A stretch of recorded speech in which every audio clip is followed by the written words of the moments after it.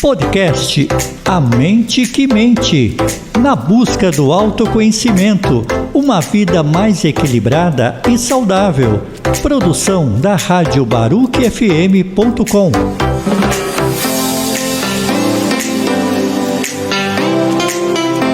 Olá pessoal, tudo bem? Estamos aqui pela Rádio Baruch-FM.com e também pelas plataformas de streaming com o podcast A Mente que Mente. Eu sou Bruna Weinreb e esse é um programa voltado para o autoconhecimento.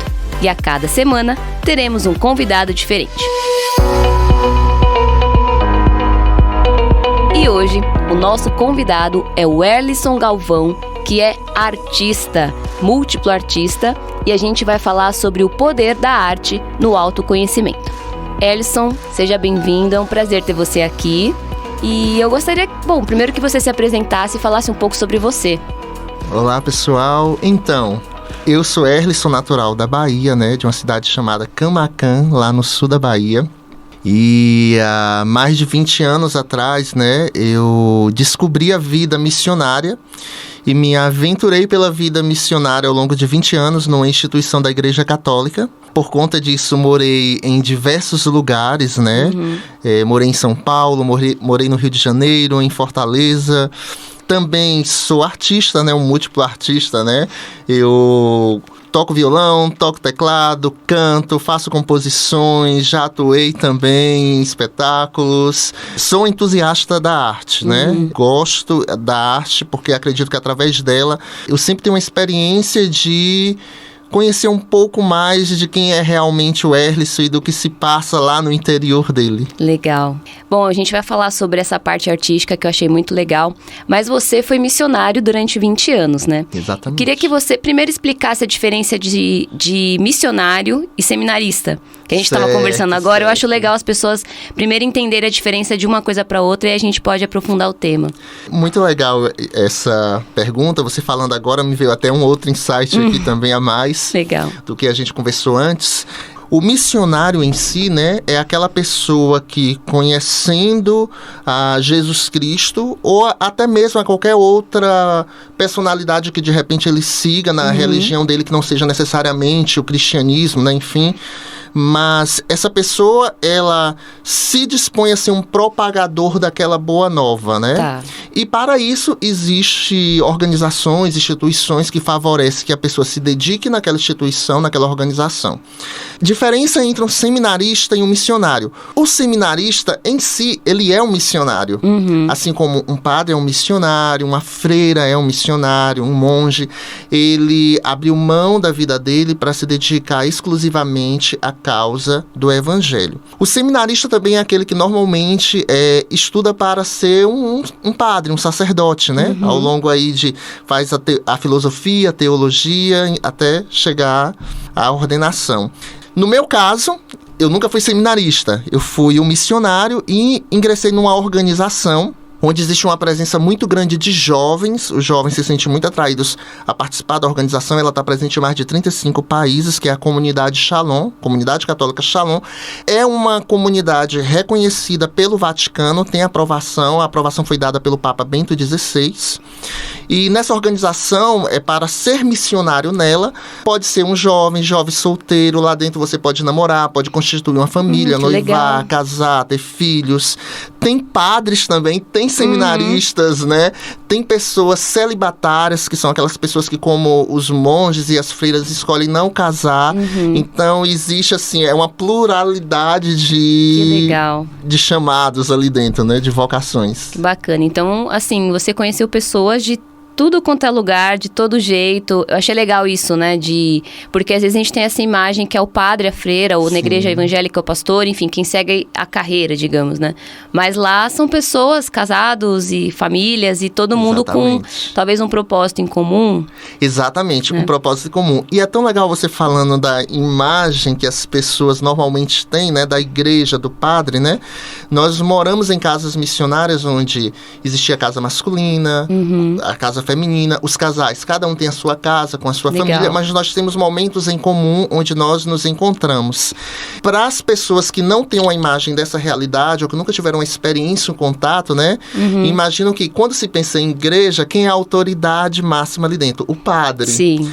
Nem sempre essa é a realidade na comunidade onde eu fazia parte, né? Tá. Diversas vezes eu morei em casas missionárias, onde na casa masculina nós éramos uma média de 10 a 15 rapazes. Tinha padres na casa e o padre não era a autoridade máxima da casa. Ai, Às vezes legal. o padre era um jovem que coordenava a casa, né? Então, assim, dependendo da realidade, da necessidade que o padre ou outro missionário tinha na casa, ele ia se reportar àquele jovem que era a autoridade na casa, né? Legal. Então, até nessa realidade aqui é algo bastante novo na igreja, assim. Que bacana. E quando é que, assim, quando você decidiu que ia ser missionário, assim, você teve algum momento que você falou, nossa, é isso que eu quero pra minha vida? Quando foi, assim? Então, como eu falei, a comunidade ela está presente em mais de 35 países, espalhada por praticamente todos os estados do Brasil. E eu a conheci na diocese de Eunápolis, no sul da Bahia. Lá existe a casa missionária. E foi lá que eu conheci durante um evento. Eu cheguei no evento, existia uma banda com guitarras, com tudo tocando no palco, né? E eu já achei aquilo diferente, eu não estava Legal. acostumado com aquilo na minha igreja, né? Sim. Aquilo despertou minha atenção. E aí foi uma experiência incrível no evento, era um evento para jovens. E lá nesse evento eu descobri que existiam jovens que abandonavam toda a sua vida, deixavam propostas de futuro, de emprego, de estudos para se dedicar exclusivamente a isso, né? E eu me lembro que quando eu descobri isso, na época eu era um adolescente, 15 anos. Novinho, Eu né? fui lá no standzinho, eu disse assim, eu e uma amiga minha que tinha 14 anos, essa minha amiga também ingressou na comunidade. E quando chegamos lá, nós queremos fazer parte disso. E a pessoa olhou assim para nossas caras. Quantos anos vocês têm? 15, 14. Então, voltem ano que vem aqui, quando vocês estiverem mais velhos e tal, enfim. Mas a gente se encantou daquela realidade e aí nós fazíamos questão de sempre estar presente nos eventos. Então, sempre que possível, a gente viajava da nossa cidade até lá para conhecer um pouco mais. E realmente existia algo que nos atraía, né? A gente via outros jovens como a gente também ali tocando, servindo, trabalhando. E foi a partir daí que começou, né? Lá com os meus 15 anos, até que aos 19, existe uma série de encontros que você faz, mensais, ao longo de um ano. E depois desses encontros, você pode pedir um ingresso na instituição, né? Para ser um missionário ali. Foi isso que eu fiz no ano 2000. Eu fiz esse caminho vocacional, nós chamamos de caminho vocacional. Ao final do ano, eu pedi um ingresso. Eu sou acompanhado nesse período por alguém da instituição que vai me ouvindo as minhas intenções, as minhas aspirações. E foi aí, depois desse um ano, eu ingressei, né? Larguei faculdade, na época ainda não trabalhava, né? Literalmente assim, um adolescente querendo desbravar o mundo, um adolescente lá do interior da Bahia, lá no sul da Bahia. Legal. E a partir daí eu ingressei na comunidade, fui morar na minha primeira casa de missão, que foi na capital da Bahia mesmo, em Salvador. E assim, dentro desse processo, foram 20 anos, né? Exatamente. Assim, tem algum desafio muito grande que você enfrentou? Eu acredito que vários, mas assim, tem algum que você acha que foi, assim, um diferencial na sua vida, de repente? Alguma coisa que foi muito desafiador? Sim, numa realidade como essa, assim, você passa por múltiplos desafios, né? Primeiro, a diferença cultural. Você mora com pessoas de estados completamente diferentes, né? Você mora com gaúchos, você mora com manauaras, com cariocas. Então existe uma diferença grande aí, né? Desde a diferença do sotaque, desde a diferença de temperamento, enfim, né? Com o passar do tempo, né? Eu vi a comunidade se expandir para fora do Brasil, né? E aí começaram a vir os estrangeiros com outra cabeça, com outra mentalidade, que não entendia muitas vezes as nossas posturas como brasileiros, queria entender. Então, existia vários conflitos assim, né? Existia o conflito da própria idade, né? Eu acho assim que é um conflito que a gente vai passando, principalmente depois de tanto tempo, né? Eu entro com 19, aí eu chego aos 25, e aí eu chego aos 30, e eu chego aos 35 ali dentro, né? Então, para muitas coisas você não está preparado, né? Sim. Ao mesmo tempo que também você vai descobrindo que existem potências em você que acabam lhe preparando para aquela realidade, né? E de todos os conflitos, eu diria que assim, um dos maiores que eu vivi foi um processo de ansiedade generalizada que eu vivi dentro da instituição, né? Eu fui diagnosticado com transtorno de ansiedade generalizada e síndrome do pânico no meio de um evento da instituição. Um evento que reúne 5 dias mais de 1 milhão de pessoas. Eu estava coordenando o palco principal desse evento. Nessa época, além de coordenar o palco principal do evento, eu era diretor da Companhia de Artes da Comunidade, uma companhia que viajava o Brasil em turnê missionária com um espetáculo. Eu me lembro que era um período onde eu estava muito agitado, eu sentia angústia do nada, eu sentia falta de ar, né? E eu sempre fui uma pessoa muito ativa, né? Assim, ligada no 220, trabalha e vai, faz e acontece. E eu me lembro que eu saía do evento, o evento dura 5 dias, eu saía às 4, 5 da manhã. O último show começava, eu entregava a minha prancheta na mão da minha assistente e eu ia pra casa continuar trabalhando. Ligava o computador. Não tinha um intervalo, né? Nenhum. Direto, assim, né? Resultado, ao fim do evento, eu esgotei. Fui pro meu quarto, deitei, não levantei no outro dia. Não levantei pra tomar café, não levantei pra almoçar, não levantei pra tomar banho, não queria fazer nada, não queria ver ninguém, só queria ficar na minha cama. Tá, você entendia o que estava acontecendo ou não? Não entendia, não fazia a mínima ideia. Era uma indisposição, não queria ver ninguém. Apesar de que eu já vinha com vários sintomas antes, mas na minha cabeça nunca aqueles sintomas apontaria que é ansiedade generalizada, é alguma coisa assim, né? Até porque eu era uma pessoa muito ocupada, eu não tenho tempo para ter ansiedade generalizada. Não tenho tempo para isso, né? Não tenho tempo para isso, né? Isso aí, não é para mim. Isso não é para mim, é com os outros, né? É com os outros. Sim. Era sempre assim, né? E quando os outros estavam nessa situação, eu tinha resposta para tudo. É porque você deveria fazer isso, era porque você deveria agir assim, né? E aí eu sei que no meio de tudo isso aí começou uma insôniazinha, uma dor de cabeça persistente, né? Enfim. E eu apaguei depois daquele evento. Não conseguia reagir pra nada, fiquei trancado no quarto. Aí uma pessoa ou outra da casa, um dos rapazes tentava ir lá, sabe o que tá acontecendo? Você tá bem? Tô. Não saía da cama. A grande estalada que realmente foi, assim, acho que um insight que fez eu entender o que estava acontecendo e as pessoas ao meu redor também entenderem, foi quando uma amiga minha que morava comigo, ela era inclusive a produtora da companhia de artes que eu era diretor, a Ana Carla. A Ana Carla, ela queria saber como eu tava e ela resolveu ir ao meu encontro. Tanto que essa realidade minha da ansiedade generalizada acabou se tornando bastante conhecida nas redes sociais por causa desse depoimento que eu coloquei lá. Interessante. Um belo dia, Ana Carla, eu tô lá no meu... Lá pelo 3º dia, eu tô lá no meu quarto, isolada ainda, e eu só escuto a voz dela. Onde é o quarto do Erlisson? Tá. E aí eu já comecei a me tremer toda na cama. O que ela tá fazendo aqui? Meu Deus, o que ela quer comigo, O que ela quer comigo? Eu não quero ver ninguém, né? E aí ela foi entrando pela casa. Eu tô entrando, não quero ver homem sem camisa. Tô entrando, não sei o que, enfim, né? Os rapazes já sabiam que ela ia lá, foi combinado. Ela entrou no quarto, meu quarto, eu me lembro, o meu quarto tinha quase 4 janelas. 2 janelas aqui, mais 2 do lado. E aí ela entrou todas as janelas fechadas, no Ceará. Um calor, assim, lá em Fortaleza, né? E ela... O que é isso? Que escuridão é essa? Vamos... Me conhecendo você, super ativo, né?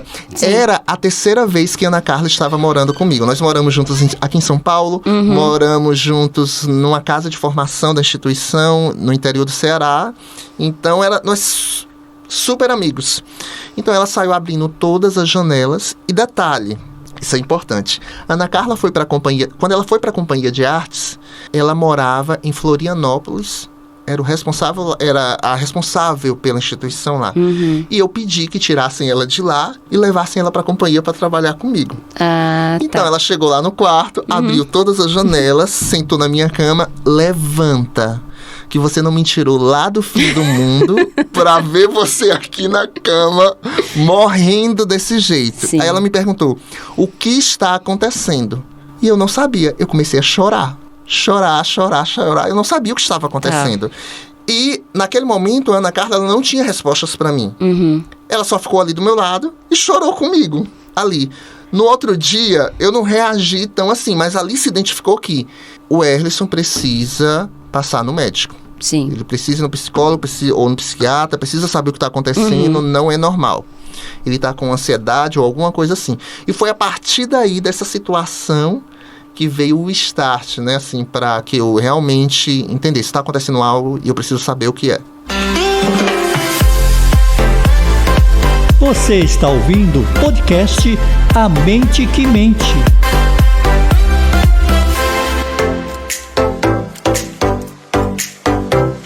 Bom, e você que está acompanhando o podcast A Mente que Mente pela radiobarucfm.com e também pelas plataformas de streaming, eu sou Bruna Weinrebe e esse é um programa voltado para o autoconhecimento.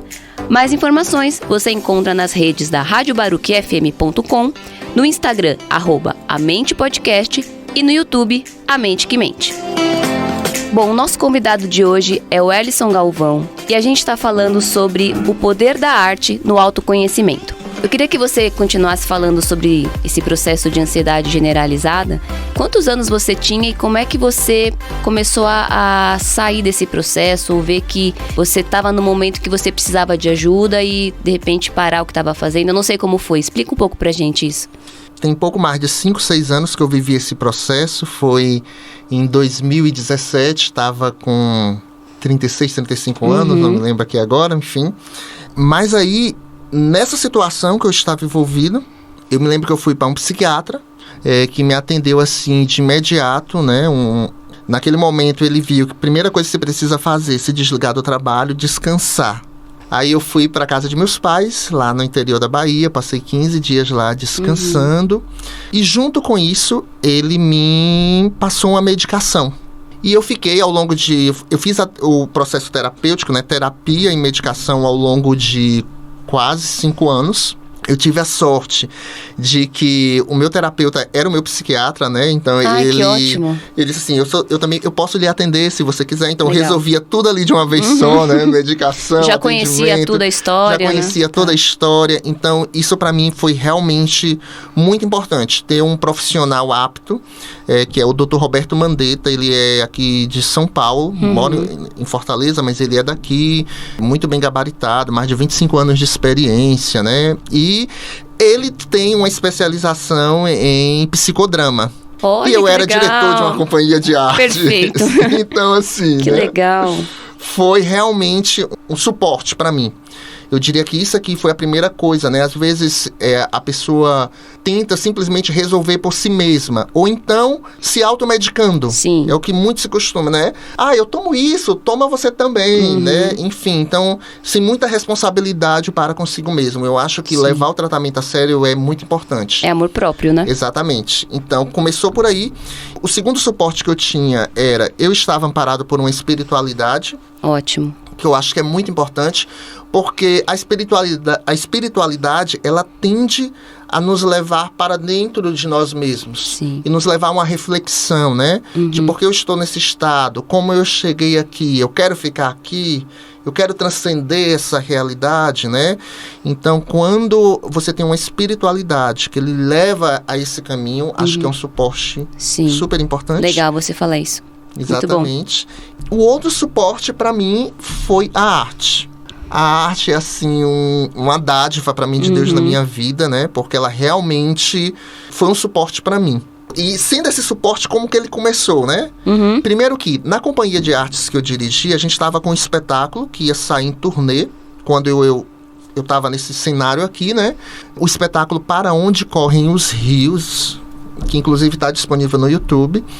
E nesse espetáculo existia um personagem chamado Damião. O espetáculo é fabuloso, conta 3 histórias lindas. E a história do Damião é uma história que acontece aqui em São Paulo. Ele é um mendigo que está sempre bêbado no meio da rua, e todo dia uma jovem passa por lá e tenta auxiliá-lo e tirá-lo daquela condição. É uma história meio misteriosa no espetáculo, que as pessoas ficam tentando entender o que está acontecendo ali, quem é ela, quem é ele, são parentes, não são, por que ela faz isso?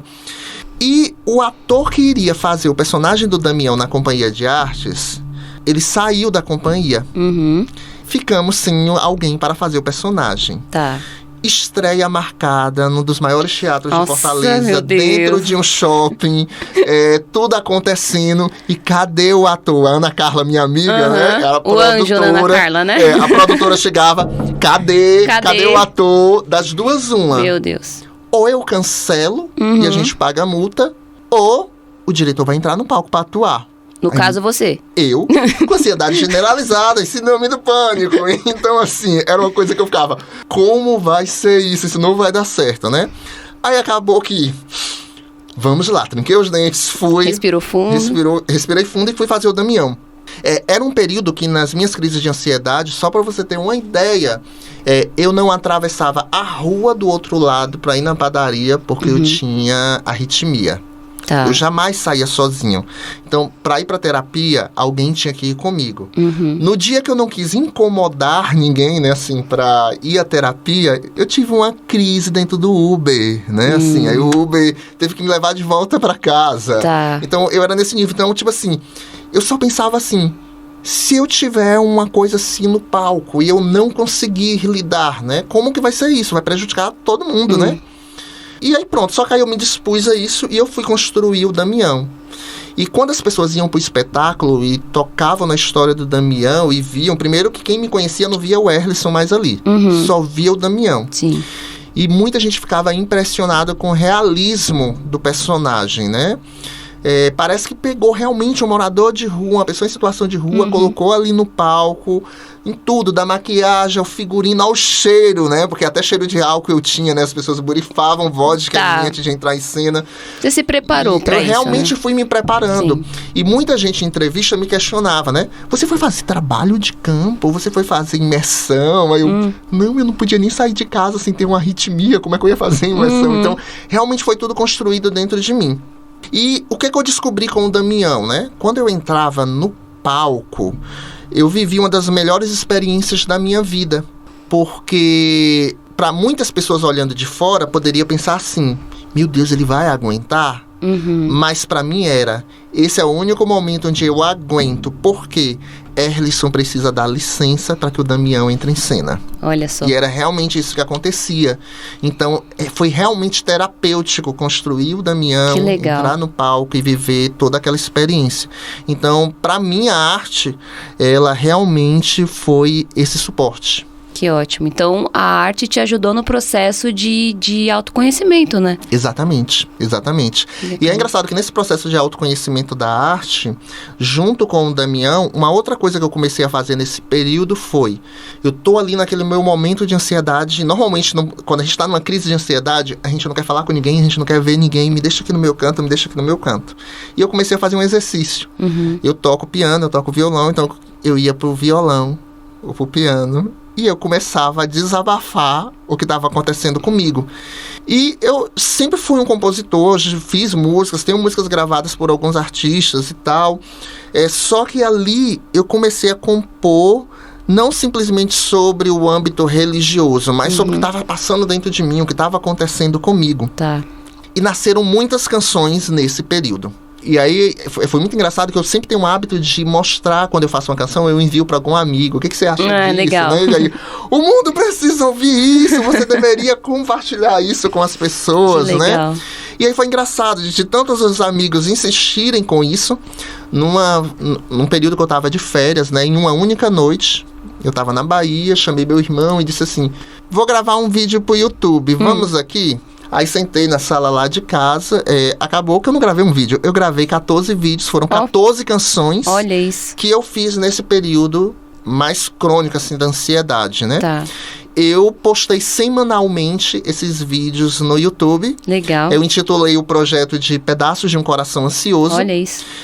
E foi aí, a partir desse projeto e do depoimento que eu coloquei lá da minha amiga nas redes sociais, que as pessoas acabaram conhecendo, né, o que se passou comigo, né, e como eu lidei com a ansiedade.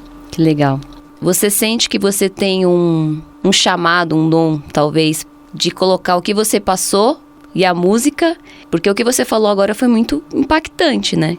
E eu tenho certeza que o que você fez também, as pessoas que assistiram foram tocadas, né? São tocadas. Essa é uma pergunta, porque eu quero que você fale também um pouco como é que tá você agora, né? Sim. Esse processo que você passou, enfim, e a música na sua vida agora. Interessante essa pergunta. Para mim é realmente um chamado a compartilhar, né, o que eu passei. É até engraçado, ano passado, quando foi chegando Setembro Amarelo, aí as pessoas mandavam mensagem. Esse é o mês mais esperado por mim. Quero ver os seus posts. Quero saber como você tá. Aí eu, não quero falar sobre isso. Aí, tipo assim... E aí eu fui falar, né? Só que é muito engraçado que, assim, normalmente quando eu vou falar sobre isso nas redes sociais, eu tenho que trazer a minha história, o que foi que aconteceu comigo, né? Para as pessoas até entenderem como eu tô hoje, precisa saber o que aconteceu, né? Aí muita gente que, bem rede social que se polariza, né? Ai, não sabia que você tá assim, então, meu apoio total. Eu, não, gente, então... Eu vivi isso, agora eu tô assim, né? Enfim, hoje eu já não faço mais a terapia, né? Já é uma realidade que eu realmente consegui atravessar, reintegrar na minha vida, né? Eu acho que mais do que superar a ansiedade, a gente aprende a integrá-la na gente, na nossa vida, né? Não tomo mais medicação, né? A ansiedade, né? E os médicos dizem isso, os psicólogos dizem isso. Ela é um sistema de defesa do nosso organismo. É um sistema de defesa, de fuga. Existe uma ameaça ali, corre. É isso que o inconsciente vai gritar, né? Enfim. E eu também fui aprendendo a respeitar os meus limites. Eu acho que isso ajudou muito para que eu conseguisse passar por tudo e hoje estar bem com isso, né? Que bom. Os meninos que moraram comigo na vida missionária, teve uma época que eles riam muito de mim, porque foi o período em que eu decidi respeitar a ansiedade, né? Sim. Então, assim, tô com insônia. Ah, você não quer que o Erlisson durma? O Erlisson não vai dormir. Vamos fazer pipoca, vamos ver um filme, né? Então, tudo com muito bom humor. Eu tentei levar. E é muito engraçado, que eu vou vendo também pelo que a arte que nasceu nesse período realizou e vai realizando na vida das pessoas que têm contato com ela, eu vou vendo que realmente é um chamado para mim compartilhar isso, não reter, não guardar só para mim, né? E eu costumo dizer que, né, já falei com outras pessoas que, gente, é impressionante. Às vezes parece que eu só sei fazer música quando eu tô num momento muito difícil, num momento de dor, num momento de crise, quando eu não tô, né? Eu conversei isso com uma amiga, né? Aí ela, precisamos fazer mais músicas quando nós estamos bem, quando nós estamos felizes. Pois é. Aí eu, exatamente, né? Só que aí eu disse pra essa minha amiga, sabe o que acontece? Normalmente quando a gente tá passando por um desafio, o ser humano, ele tende a ser mais reflexivo. Isso é verdade. A se perguntar mais, a dialogar consigo mesmo. Isso é verdade. Quando você tá na euforia, às vezes nem se percebe, né? Nem se percebe. É no momento do desafio que você se percebe o que tá acontecendo, o que tá acontecendo. Então, acho que por isso também acaba sendo mais fácil você produzir arte nesse período, porque não é simplesmente produzir arte por produzir, mas é porque você sente a necessidade de transcender aquela realidade, e a arte acaba sendo uma ferramenta, um mecanismo para você olhar além daquela situação apenas, né? A mente que mente. Bom, pessoal, e o podcast A Mente que Mente vai ficando por aqui. Eu gostaria muito de agradecer a presença do Erlisson. E se você tiver uma mensagem final para deixar para o pessoal, eu gostaria que você falasse. Primeiramente, agradecer pela oportunidade. É sempre uma alegria poder trocar experiências, né? E a mensagem que eu deixo é que a vida, ela vale muito a pena, né? Existe muita coisa boa. Nós não somos só os nossos problemas, os nossos desafios, né? E isso para mim foi muito importante no período da ansiedade, né? Ver que existem coisas boas ao nosso redor que a vida nos proporciona. Existe vida para além da ansiedade, existe vida para além do pânico, para além da depressão. Ter isso alimenta a esperança. Quando nós não olhamos assim, a esperança pode acabar minando em nosso coração. Então é importante nutrir a esperança, né? E aproveito também para compartilhar as minhas redes sociais, tanto no YouTube, Instagram, Facebook. É só procurar por Erlisson Galvão, Erlisson, Galvão sem acento, e pronto. Maravilhoso. Muito obrigada, viu? De verdade, foi muito bom. Eu tenho certeza que vai ajudar muitas pessoas que, enfim, já passaram por isso e também que podem usar a arte como uma forma de se conhecerem, né? Verdade.